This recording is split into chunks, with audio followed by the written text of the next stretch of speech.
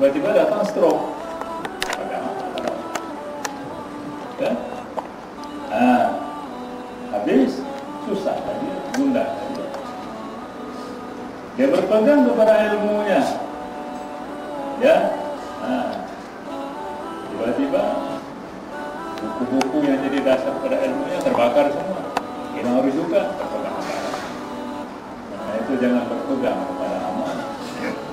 Apakah amal itu bersifat lahiriah, perbuatan lahiriah, atau bersifat hal yang akan mengakui tapi tidak melihat otak. Yang kita lihat itu kan dagingnya, tapi yang berpikir itu bukan daging. Tapi ada saraf Allah letakkan. Kita tidak tahu sarafnya itu bagaimana. Nah, karena itu jangan berpegang. Karena itu maka kita dilarang oleh Allah Taala.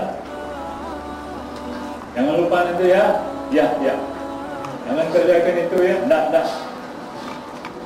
Jangan lupa ya. Insya Allah. Kalau insya Allah terpegang. Kadang-kadang orang kita nggak ngerti pula. Jangan insya Allah. Ini yang benar-benar ini. Ya benar. Bagaimana saudara sehat ya, ibadahnya alhamdulillah. Ya, saya kalau tidak ibadah masuk surga.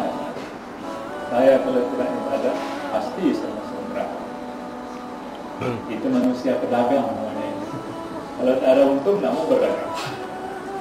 Jadi dia selalu cari untung. Apa untungnya sembahyang? Surga. Kalau ada sembahyang bagaimana?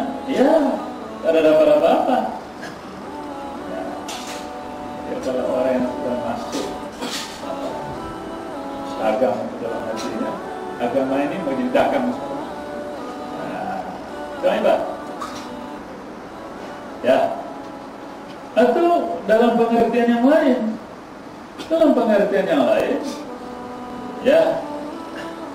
Apabila saya kerjakan ini, mudah-mudahan saya sehat, mudah-mudahan jauh dari musibah.